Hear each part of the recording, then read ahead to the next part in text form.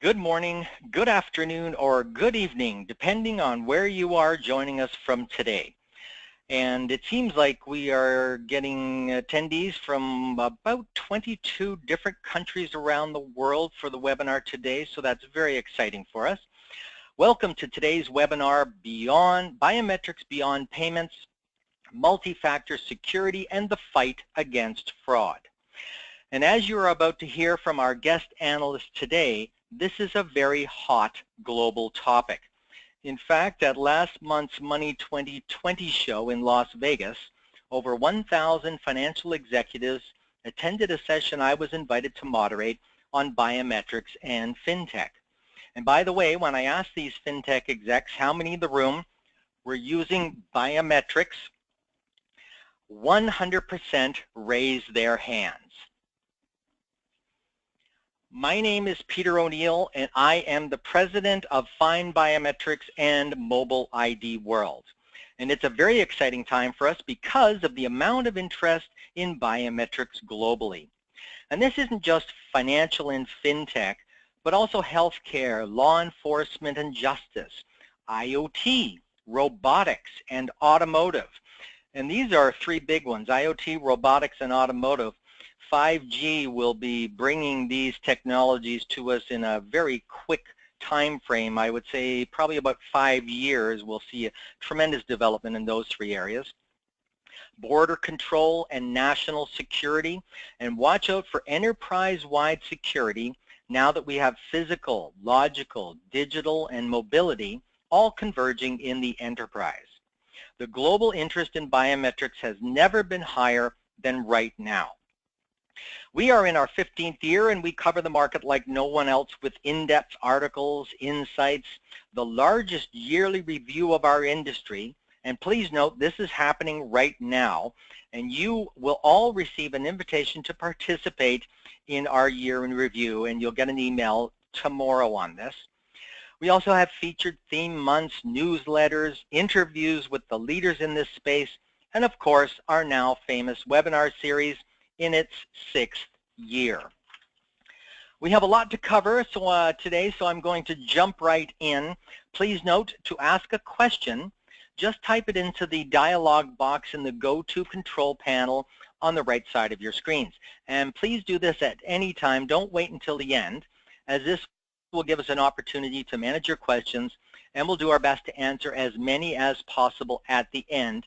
And there will be many given the large numbers of attendees for today's broadcast. This webinar will last about 40 minutes in total and will be recorded and available at findbiometrics.com. I would now like to take this opportunity to thank our sponsors for their continuing support, Crossmatch and HID.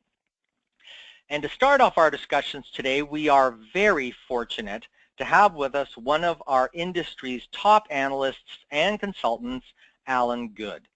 Alan is the founder of Goode Intelligence and focuses on mobile security, authentication, identity, and biometrics. He is truly one of the leadership voices in our industry. And Alan will now be providing us with his latest thinking to kick things off. Take it away, Alan. Thank you, Peter, and greetings to everybody. As Peter just said, I'm the founder and managing director of Goode Intelligence. We are a London-based analyst and consultancy company, and we specialize in a number of core and interconnected areas, including mobile security, authentication, identity, and biometrics. We publish analyst reports and market intelligence. We provide customer research and go-to-market support and consultancy and strategy review for end users.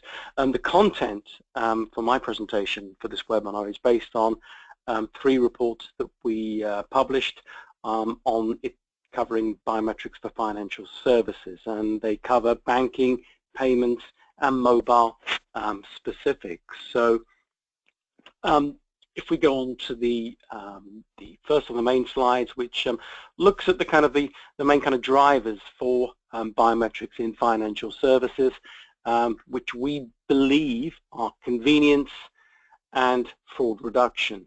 From a convenience point of view, it's I think with the move to mobile, especially, it's an attempt to provide frictionless authentication experience, to provide a common omni-channel experience as well, and also the fact that passwords are broken and some of the traditional stronger authentication technologies and services are not applicable to all channels, most notably mobile. And as Peter said earlier on, we're talking about biometrics going into a lot of different services and in different sectors, and mobile is probably the king in terms of the user adoption at the moment. And looking at some of the early figures coming out of Black Friday last week, we were seeing a huge uptake for mobile commerce and it being the prime channel for people to shop on. So, and that's now, but we're moving into other areas where biometrics can also help as well.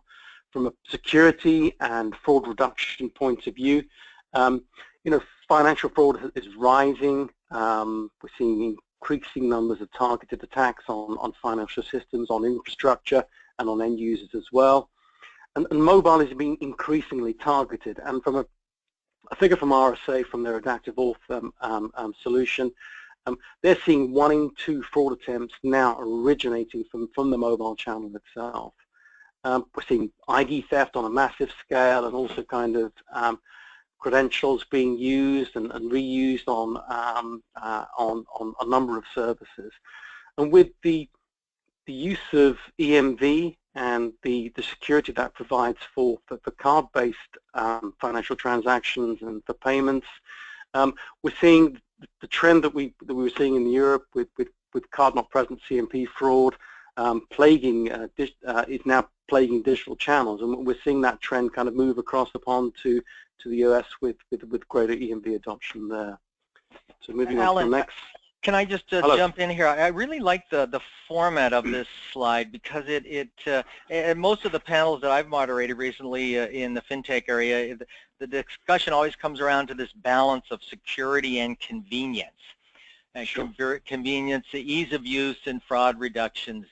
And so I think it's really good to see the drivers for both laid out like this. I really like the way you've done that one. Thank you. Yeah, and, we've been covering mobile authentication since 2009 now, and it is what we've seen is that initially it was trying to kind of shoehorn strong authentication mechanisms, OTP and other kind of two-factor authentication solutions onto the mobile. It's not particularly easy to use. I still use it in some of my banking applications, and it is sometimes trying to attempt to stick a knowledge-based or an OTP into a small screen. It's not convenient. So you can see why biometrics is being increasingly adopted for that kind of mobile app authentication. So if you move on to the next slide, we drill down into the more of the details. So from a summary, we're seeing adoption across all financial services, and really it's important. We do a lot of work in mobile, but the use of biometrics is not just a mobile phenomenon. We're seeing it on a lot of devices, on a lot of end and solutions, and we're seeing many different biometric technologies and different models. Some of the models are device-based, server-based, hybrid models. So we're seeing adoption of all of these, depending on regulation, culture, and also the device. And one of my mantras that I always say is you've got to match the modality to the device, and also the context, the security model for the use of that particular biometric technology. And it also includes a combination of customer and employee deployments. I think the customer side, consumer side, bank customer, financial services customer side is leading at the moment, but we're seeing the potential of using biometrics for employees, for privileged identity. And again, it's a case of matching the right biometric and the right biometric platform for the particular use cases. So that's a summary. In terms of, if we look at banking, really it's customer identification and fraud detection being two of the big areas that biometrics are being deployed to across many channels, contact center, ATM, mobile, and from a mobile perspective, the on-device fingerprint, which is the platform-based stuff, the Touch IDs, the Android-based fingerprint biometric service and solution is opening the door. It's allowing the person to open up the phone and to make kind of low-value payments using kind of like solutions like Apple Pay, but also opening the app. In terms of where we're seeing other kind of biometric solutions, perhaps biometric software and applications, ocular-based ones or voice-based ones, facial biometrics, we're seeing the combination of those linked to risk-based authentication and transaction signing to support some of the higher risk actions. And this is where kind of the context is kind of driving this. So what is appropriate to use? What's the risk kind of scoring for this particular transaction or action? And then I can apply a particular an appropriate biometric technology to match that. On ATM, we're seeing a number of different models. That we're seeing obviously sensors being integrated into ATMs, and we've got HID involved here and there. Lumidigm, MSI fingerprint sensors are being widely used down especially in Latin America, and enabling kind of cardless ATM transactions. And then biometric bank cards, which is an emerging topic. A lot of the sensor manufacturers who are working in mobile at the moment are turning their attention to smart cards, where you have a fingerprint sensor integrated into the card, and that kind of activates the card. But there's also other models where a template is stored on the card, and then you can actually use an external fingerprint sensor, perhaps a Lumidigm sensor, to then do the enrollment and the verification. And then contact centers, another channel here, we're seeing biometrics, voice biometrics being used mainly for fraud detection. So this is kind of stopping bad actors getting into the system in doing doing imposter type situations with customers. And we're seeing it's an emerging market also for customer voice and authentication. As we're getting, we're talking about 5G, as voice technology, as HD kind of voice gets better on mobile phones, then perhaps we can, in terms of the capture and then the verification, can be good enough or better than what we have currently enough to support voice authentication. So that's banking. If we go into the payment situation, where we've seen huge uptick for biometric authentication, it's to provide, so there are a number of different ways it's been used, frictionless user authentication, and also we'll talk about it a little bit more detail, I'm sure, in this call, about the use or the potential for use in card-not-present fraud reduction. As EMV gets more widely adopted, then fraudsters are looking at the digital channel as a way to attack. Payments, mobile is really leading the way in a lot of instances with Apple Pay and contactless in-store payments. And then the mobile biometric payment APIs are supporting e-commerce and allowing, so we have Apple Pay being now supported for web and e-commerce and being supported on a wider range of devices. And also we're seeing, from a regulatory point of view, from a standards point of view, we're seeing an urgency and an adoption of biometrics, a referencing of biometrics authentication solutions, and that's a big change. If you look at some of the kind of the FFIEC and some of the stuff in the EU with Payment Services Directive 2, it wasn't met 2-3 years ago. There was no reference to biometrics, so now we're getting it explicitly referenced in regulation.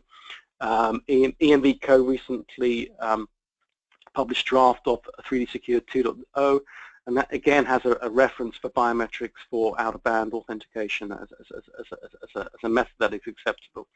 We've seen the Bank of China, Bank of Korea, and also the Visa biometric card standards for template-based biometric verification. So there is, and also another one, I mentioned payment cards earlier on. There's a great opportunity for biometric payment cards, with either an integrated sensor, and we've really got to talk about kind of cost in that, whether the cost is acceptable to be for billions of smart cards to be issued with sensors, or the template storage on the card. And we're already seeing this being used in dual ID, national ID cards. We're seeing it in Nigeria with MasterCard, and also in South Africa with Absa Bank, where there's a template that's stored on the card and an external kind of sensor will be used for the enrollment and verification. So again, payments. And at the end of this presentation, I will go on to discuss or have some of our kind of forecasts in this area. Last one, that is it. That's the two main ones. My apologies. So some data which we published recently. We're talking, so our forecasts 2015. Already in 2015, we were seeing 120 million people use biometrics on their mobile for financial services, whether to pay for goods, to open up an app, etc. From integrated fingerprint sensors on mobile devices. By 2016, we're looking at 770 mobile devices. So it's giving people a platform to use, a readily available biometric technology that is in hundreds of millions of devices. And by 2017, by next year, we're probably seeing 1 billion customers accessing bank services. And it's interesting to see there's been some recent kind of announcements with the India, the Universal ID, and their attempts to kind of link their national ID system to banking and to other services. So it's important not to just concentrate on some of the kind of the stuff that we see in the Western world with with Apple Pay and with Google Pay, but look broadly across the world, and this is where we're seeing a lot of the big numbers. And the final one, by 2020, over 16 billion mobile biometric payment transactions made. And so hell of a lot of activity. It's changing on a monthly and basis. So that's the presentation from me. So I'm happy to answer any questions after this, but I hand you back over to Peter. Alan, thank you very much. It's amazing. What strikes me the most about all of this is the speed at which it is occurring. You mentioned the standards. I think you referenced 2 to 3 years ago. Biometrics weren't even mentioned. I feel it when I'm speaking at some of these fintech shows. Just the number of attendees has increased, and it just, I guess the question that I have just before we move on is how fast is this changing? I keep referencing to clients, etc., that this is the next 3 years, a lot is going to happen in our industry. And when I look 3 years back, my goodness, how much has changed already. How fast do you feel this is all occurring? It's very fast. I think both from the fintech challengers, from the challenger banks are all using biometrics. So if you look at kind of in the UK, Absa Bank is already using a kind of a multimodal mobile authentication solution. So, and all from my intelligence, and from I'm an ex-bank employee myself, from speaking with ex-colleagues, they're all either at a pilot stage, or they're already adopting something like Touch ID as a kind of initial kind of toe in the water. So every bank, every financial company that I'm aware of, and the fintech challengers are all trying to base their consumer authentication strategies around biometrics at some level. Well, thank you very much. So we're totally in sync on that. It's happening very quickly. And now I'd like to introduce our panelists for today's discussion. Chris Trytten, Vertical Marketing Director, Crossmatch, and Paul Butler, Vice President and General Manager, Biometrics for HID Global, and they'll be joining Alan in our questions to our panel. And so let's jump right in. First question to the panel. There is a lot of buzz around consumer-facing biometrics in financial services, but there is also a demand for biometrics through the entire FinServ ecosystem. What special considerations come into play when deploying employee-facing biometrics within a financial institution? And Chris, could I ask you to start off on this one, please, for us?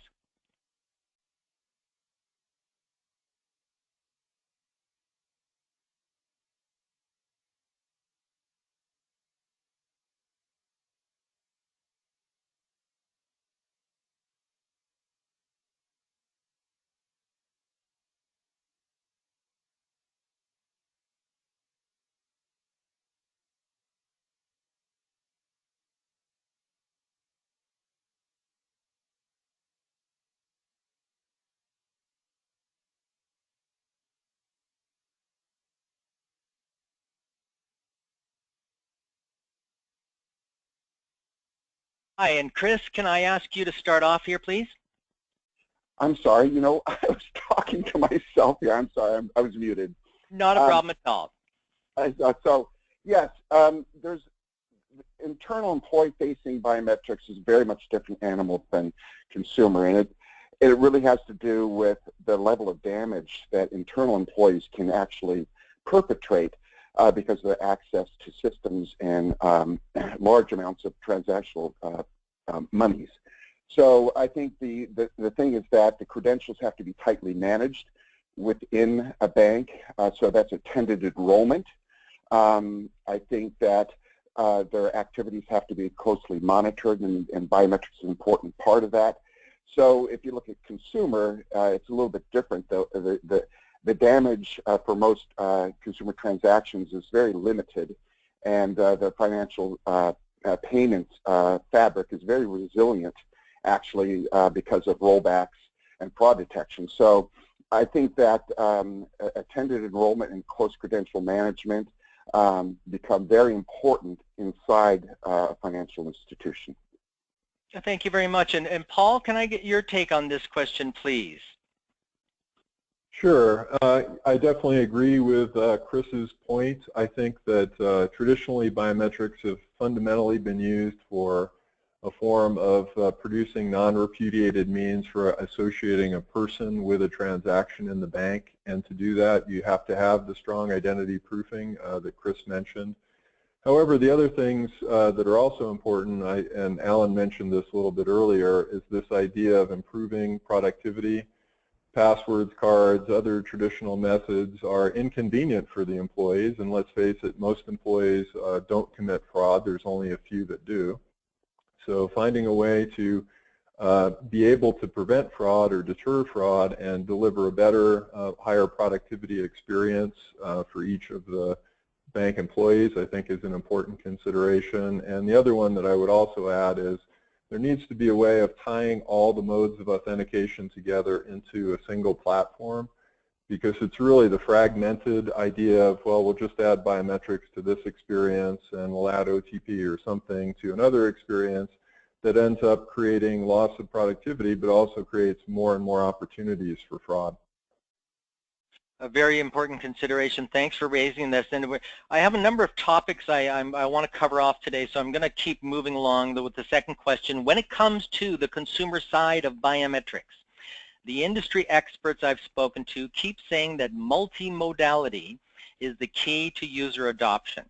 Is multimodality as important when it comes to biometric deployments within a financial institution? And are there dominant modalities in certain niche financial applications? And Paul, I'm going to ask you to start off on this one, please. Thank you. I think maybe the question's a little bit broader, Peter. I think today we have the ability to fuse information from many sources together to establish a level of trust for every single transaction. Lots of innovation happening here.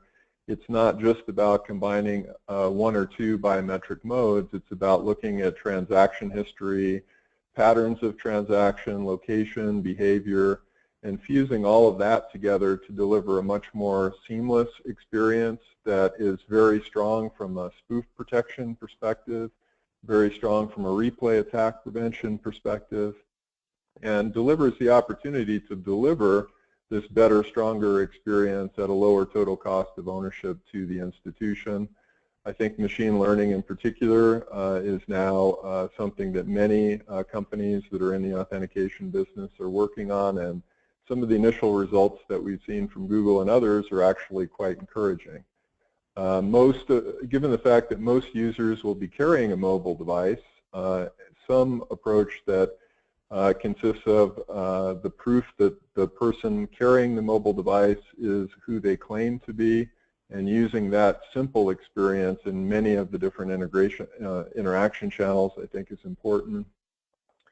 In terms of the overall modes, I think facial recognition is actually going to become the one that delivers the best user experience and delivers that in a way that is more convenient. Unfortunately today, The state of the art in facial recognition really isn't strong enough from either a spoof detection or usability perspective, but lots of activity is taking place there.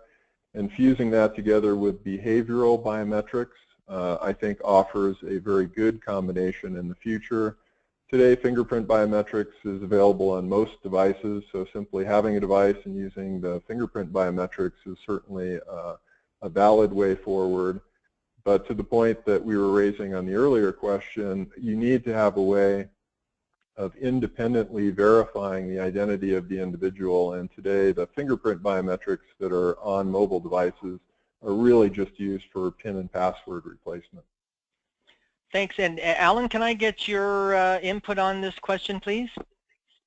Yeah, sure. I think in a way the kind of the whole debate about multimodal is perhaps kind of like showing up some of the inherent weaknesses, as Paul just mentioned, of some of the consumer biometric systems, especially those that are available from the platform providers. You can't rely on a single biometric factor, as you don't necessarily control it, and things like anti-spoof, liveness, accuracy is on the okay kind of front. So that's why multimodal has been mooted as a better alternative to single mode solutions. So when you can rely on the strength of the biometric solution and can control the end-to-end security, then I think the single mode could potentially be used, and we're not getting into a situation where we've got to have, it's a kind of we've got to use this with that to actually work.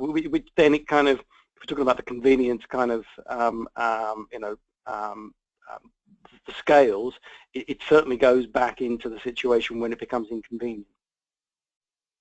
Well, thank you very much. Now, a common concern that is always brought up during the events that I'm attending is that identity verification upon customer enrollment is a major vulnerability when it comes to fraud. That is, people committing identity fraud before enrolling their biometrics with an institution. What are some of the best practices you have observed when it comes to user onboarding to address this vulnerability? And Alan, could I ask you to start us off on this question, please?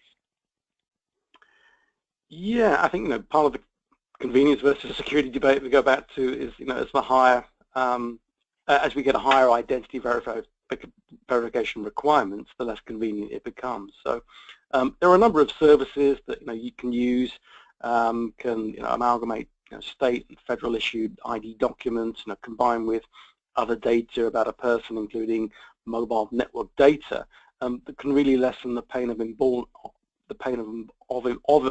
onboarding. And I know that NIST is updating its level of assurance kind of criteria to include 3 rather than 4. So that's something to watch out for. Great. And Chris, could I ask your input on this, please? Yeah, in addition to that, I think there's all sorts of emerging technologies, even device reputation. It's a device that you enroll on that can be attested. That's an important part of it. I think we're seeing a lot of, as Alan said, third-party references for identity that will increasingly limit the damage for identity fraud. And I think it's important to understand that this is not a transaction at a point in time. It takes a history of transaction and activity to provide identity proofing. And I think that's one of the things we're going to see is that there's going to be a lot more services and third-party identity proofing and attestation services on the market. Thank you. Next question. In your opinion, what is the #1 financial services vulnerability when it comes to fraud, and how can biometrics help address this? And Chris, I'm going to ask you to start off, please. Well, I think that, again, this is, you have to look at different use cases. I think that clearly the #1 place where fraud is going to be an issue is where there's actually cash involved. And that's why in South America you see the adoption of strong security measures, because most transactions in South America are cash. And so as opposed to North America where a lot of digital payments occur, as I said before, the financial system is fairly resilient to fraud because, as long as cash doesn't go out of the system, you can roll back transactions. So I think that, you know, clearly in areas where there's cash transaction, that's the biggest point of vulnerability. And you know, as you know, Paul mentioned, you mentioned the HID involvement in ATMs in South America. It plays a very important part of securing cash transactions. Thanks very much. And Paul, can I get your thoughts on this one, please? Sure, Peter. I think if we look at this really from the system perspective, the fragmented omni-channel experience and the underlying authentication infrastructure that's piecemealed together, if you will, from a lot of point solutions is not only frustrating for users, but it creates a much larger attack surface for fraudsters at any one of those channels. I think by working not just with biometrics, but the idea of fusing information from many sources together, much like the back-end fraud detection schemes that Chris was talking about, we can offer a smaller number of experiences that leverage mobile and biometrics and provide those across most of the channels to not only deliver a better experience, but ultimately reduce fraud. And I think biometrics has two roles to play. One that was mentioned earlier is this idea of identity proofing. Biometrics is a very strong way to identity proof somebody. We have to find ways of doing that that are much more cost effective. And using the biometrics to prove a claim of identity, verify a claim of identity rather than verify possession of a credential is the other thing that I think will be the strongest way that we can eliminate fraud going forward from transactions, whether they're inside the bank or outside the bank. Terrific, thanks. Next question, on-device authentication is the template matching paradigm of mobile wallets, but as Alan showed in his presentation, there are others as well. Smart cards can store templates for matching, and in some cases, a secure server can be used for authentication. What are some of the use cases in financial services that benefit from a match-on-server approach? And Paul, can I ask you to start on this one, please? Sure. The way that we normally see server-side matching used is in the ATM channel, as Chris mentioned earlier, and actually Alan mentioned as well. And here, the idea that we can strongly identity proof the individual, we can use deduplication to make sure that that person is unique and the binding to the account is unique, and provide that matching through a secure channel to the ATM, not only reduces fraud significantly, but it offers the banks ways of delivering a new experience. So in ATMs, one of the ways that banks have put together different experiences is enabling a customer to walk up to an ATM, type in the last several digits of their account number, place their fingerprint, a finger on the sensor, and get a low-value transaction to occur with no card and no wallet. This is especially interesting in Brazil, and we see it starting to happen in other places. So the thing about identity proofing is incredibly important, and I think the problem with mobile devices is mobile devices right now simply replace PINs and passwords and don't have this concept of independent verification of a claim of identity. And I think it's that aspect that server side and a more cohesive approach within a bank offers some value. Thank you very much. And Alan, can I get your thoughts on this question, please? Yeah, sure. I could concur with what Paul said, but I think, you know, another kind of one of the, again, you know, as well as ATM stuff, we're seeing a lot of deployment on the voice side, and I think voice is fitted very well to the kind of the server side. It's quite tricky to do on the mobile, on the device-based stuff. So, and it means that you can, you know, one of the advantages of the server is that you can use any device because you're matching against a server template or a kind of a server instance rather than kind of doing it based. So, you know, I think that fits very, very well for the server side. You know, my only kind of criticism and concern about that is that you're creating a honeypot for attackers, and there are obviously privacy concerns of who else may be accessing this data. So yeah. Okay, thank you very much. And the next question, earlier this month at FindBiometrics, we examined some emerging biometric fintech solutions that go a step beyond the mobile wallet. What are some of the new and exciting biometrics-enabled payment and banking solutions you see gaining traction and visibility within the next 5 years? A little future gazing. And Alan, can I ask you to start on this one, please? Yeah, I think kind of Paul made a very good point earlier on about the fragmented omni-channel, and I think in terms of what we hopefully will see is kind of having platforms that can do it all in a way. And I think really, and this kind of really fits in with some of the modern and future deployments of financial services. And I think the role of fintech APIs are going to be important. And for these, it's enabling payments and banking anywhere, anytime, from any device, and that device can be a smart speaker, a car, house appliance, etc. And I think in these scenarios, the ability of biometric authentication and identity platforms to recognize contextual data and then to serve up suitable biometric technologies will be key. And yeah. Terrific. Chris, can I get your thoughts on this, please? Yeah, I mean, I think the important thing is not to be reductionist about it and look at biometrics as it's traditionally been considered. I think that there's a whole emerging sector of behavioral biometrics, and I distinguish the traditional between this new behavioral is that one's intrinsic and one's extrinsic. So how you hold the phone, how you swipe. There's some vendors that have over 400 markers for behavioral biometrics and how you interact with the device. And so it's actually, the biometric footprint is getting larger and more resilient because you take a lot more factors into consideration. You not only get stronger security, but you get stronger usability. And I think that's the thing that's going to be happening is that you're going to be able to access all these financial services very, because transparency and frictionless, that's the holy grail. And I think all these things are enabling it. So you have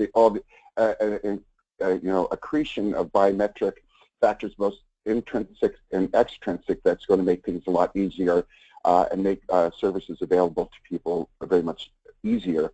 But I also think that you go out again, and I think that the emerging part of the financial security fabric is, the whole notion of a fraud detection and layering on top of the biometrics and on-device security, this whole set of billions of transactions, device fingerprints that will be available to make, to layer over the biometrics and other on-device security and make it more resilient and secure. And Paul, I'm going to ask for your opinion on this as well. In the next 5 years, what exciting areas do you see gaining some traction? Well, I'll just build a little bit on what Chris said. So this idea of continuous, seamless, frictionless, context-aware proof of identity, I think, will ultimately replace explicit authentication and factors. And it'll be a much more convenient experience at a higher level of trust delivered at a lower cost to serve. As we mentioned earlier, the point solutions will give way to much more integrated platforms that are capable of doing this. And to the point raised at the first question, I think these platforms will be built in such a way that they'll serve the needs both of the employees side of the financial institution as well as their customers. And as we add strong identity proofing approaches to these platforms, we'll really be able to finally get rid of all of the vulnerabilities that enable identity fraud and identity theft to happen. Another point that Chris made is biometrics will play a key role in this future, but it's a supporting role. It's a supporting role because it's really a system-oriented approach to delivering that great user experience, significantly reducing fraud and delivering it at a lower cost to serve. And I think to the point that was made earlier, this is happening very fast. I think it'll take a bit less than 5 years to achieve this type of a vision. Thank you very much. And we're getting a lot of questions from the attendees, but before we move into that, I'd just like to sort of add my 2 cents into this last question, looking 5 years down the road. in 5 years' time, we're going to have 5G, which means we're going to have driverless cars, which means we're going to have IoT and connected everything. And that will bring about a lot of change. And behavioral biometrics were mentioned a couple of times, seen tremendous growth there. Actually, we're going to be holding a webinar this coming April specifically on the behavioral biometric topic. But tremendous growth, and as was discussed earlier by Alan when I asked the question about how fast this is all happening. 5 years could be 3 years, but it's all happening tremendously fast. Now I'd like to move to some questions from the attendees, and we're getting some questions about storage, and we are talking about storage in servers, etc. Can we questions about how the servers are secured? Anybody like to take that, please? Sure. There's, I think there's, of course, standard data protection best practices that most data centers understand how to secure information. But I think the other thing that is emerging is cryptobiometrics and key biometric templates, such that even if you are able to penetrate the defenses of a data center, data security infrastructure, basically the cryptobiometrics means that the templates are useless to you and they can't be reversed. So that's one critical area, I think, that will become more commonplace. Thanks. Anybody else like to comment on that? Yeah, I'll add my 2 cents to that, Peter. I think what we've done, especially for the ATM situation that we talked about a little bit earlier, is we've developed the capability to secure the biometric device from the ATM all the way back through the ATM server software, the network, and ultimately to the bank's server-side systems, and develop the infrastructure with the bank to make that connection secure, not able to really be replay attacked, strong spoof detection. So I think by providing a secure endpoint, if you will, and a secure channel between the biometric device, independent of what it's connected to, all the way back to a server, is a key consideration that we've seen very significantly improve the ability to reduce fraud, at least in the ATM use case. Thank you very much. And we're getting a couple questions about standards. So I guess, Alan, this goes back to your slide on commenting on some of the standards. Standards and advances, where are we now and what needs to be done? So as we talk about this rapid growth over the next 5 years, are we set to be able to handle this kind of growth? Alan, maybe you could start us off on this one? Yeah, well, just to make a distinction between standards and obviously regulations. So there's a lot of activity in regulation for financial services in terms of some high-level, kind of references and kind of requirements that payment service providers or financial services providers should be adhering to in terms of their adoption of biometrics. From a obviously from a standards point of view, we have authentication standards like FIDO Alliance, and also we have the IEEE BOP standards, which attempt to ensure from a technical point of view that there is common implementations of from an authentication protocol point of view. Terrific. Any other comments? Anybody want to weigh in on this one? Okay. I think Peter, generally the problem with standards is they tend to move at a clock speed that's fairly lower than what we're talking about here in terms of developing these new experiences. And I think it's really up to the vendors that are trying to provide these overall solutions, whether they be simply biometrics or these more integrated solutions, to independently prove that the level of security and the level of trust being provided is appropriate for a bank, and that can either be done with independent lab testing, or that can be done with banks in a proof of concept phase, looking at a product or a set of products, being able to do end-to-end testing by their security team, and certainly use white hat type of approaches to verify it. I think that would happen at a speed appropriate for the marketplace, and I think standards themselves are really in a situation where they're going to have to catch up and become a little bit more modernized than the thinking around biometric factors is today. I couldn't agree more. And Paul, does that take on a special importance in highly regulated industries like financial, like healthcare, a level of complexity that may not exist in other industries? Yeah, I think that's certainly true. You have to be able to prove, in the case of a bank, because we talked about identity proofing here, you have to provide the capabilities to prove compliance, let's say, with Know Your Customer, anti-money laundering laws, and that needs to be provable in a test and audit approach perspective rather than purely from a standards perspective. So it really comes down to testing and verification of compliance, and it's really up to the vendors to help the customers do that in a way that's cost effective for them. Well, thank you very much. Well, that unfortunately takes up our time today, and I would like to remind you to participate in our 14th annual year in review. I can't believe it's our 14th year doing this.